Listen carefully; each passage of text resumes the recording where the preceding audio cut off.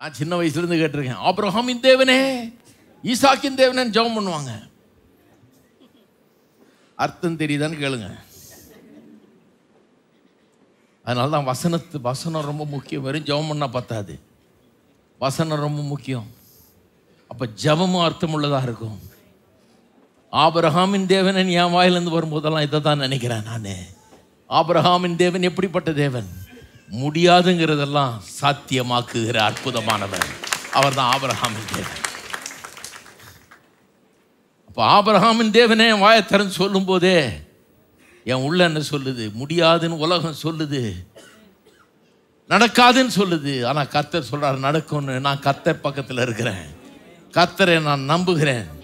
உலகத்துக்கு அது பைத்தியமாய் தோன்றலாம், ஆனால் உலகத்தின் ஞானத்தை காட்டிலும் கர்த்தருடைய வார்த்தை மேலானதாக இருக்கிறது.